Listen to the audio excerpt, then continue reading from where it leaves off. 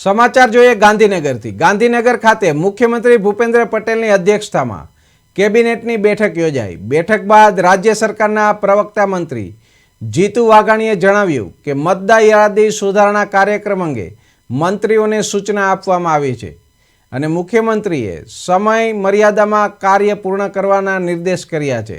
રાજ્યમાં સરકારી ભરતીમાં ખાલી જગ્યાઓ ભરવા માટે મુખ્ય સચિવને સૂચના અપાઈ છે। બેઠકમાં રામપુરમાં યોજાનારી સરકારની ચિંતન શિબિર અંગે પણ ચર્ચા કરવામાં આવી છે। આ શિબિર 27 થી 29 નવેમ્બર દરમિયાન થવાનું છે, જેમાં ભલામણોના આધારે એક રોડમેપ તૈયાર કરવામાં આવશે। 26 નવેમ્બરે સરદાર પટેલની 150મી જન્મજયંતિ નિમિત્તે રેલી યોજાશે, જેમાં વડાપ્રધાન મોદીએ ઓનલાઈન જોડાશે। રેલીનું સમાપન કેવડિયામાં થશે, જેમાં ઉપ મુખ્યપ્રધાન તથા કેન્દ્રીય મંત્રી મનસુખ માંડવિયા સહિત અન્ય રાજ્યોના મંત્રીઓ અને રાજ્યના મુખ્યમંત્રી અને ભાજપના પ્રદેશ પ્રમુખ પણ જોડાશે।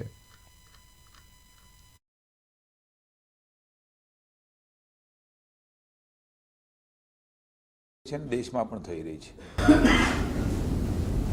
તમામ મંત્રીશ્રીઓ પોતાના જિલ્લામાં અને પ્રભારી જિલ્લામાં એસઆઈની થતી કામગીરી ચોકસાઈપૂર્વક શ્રેષ્ઠ થાય એમના માટે ચૂંટણી પંચને તંત્રને મદદ કરીને સમય મર્યાદામાં થાય એમના માટે કંઈ પણ મુશ્કેલી કોઈને ન પડે અને કામ થાય એના માટે પણ સૂચના માનનીય મુખ્યમંત્રીએ આપી છે। આપણે સૌ જાણીએ છીએ કે રાજ્યની અંદર અલગ અલગ વિભાગોમાં ભરતી માટેની વાત એ સતત થતી હોય છે। કર્મચારીઓની અલગ અલગ સંવર્ગની ભરતીઓ, એના મહેકમો જે મંજૂર થઈ ગયા છે,